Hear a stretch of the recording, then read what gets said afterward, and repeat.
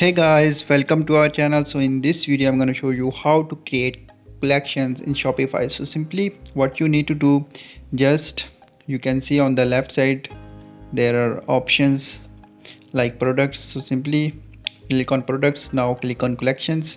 So here you can see I have already some collections, so I want to add a new collection. Just click on create collection, and now here wait for a few seconds, new tab is appear. Just type the title here that you want to add. So I'm simply adding the title here. You can also add the description here, and you can also change the description font.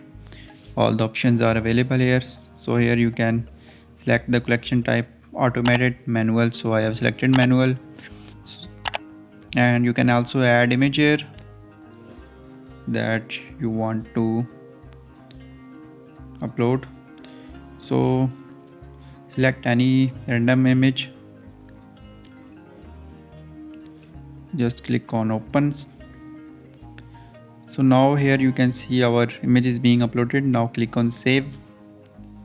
So in this way you can create simply collections in Shopify. So now here go to collections.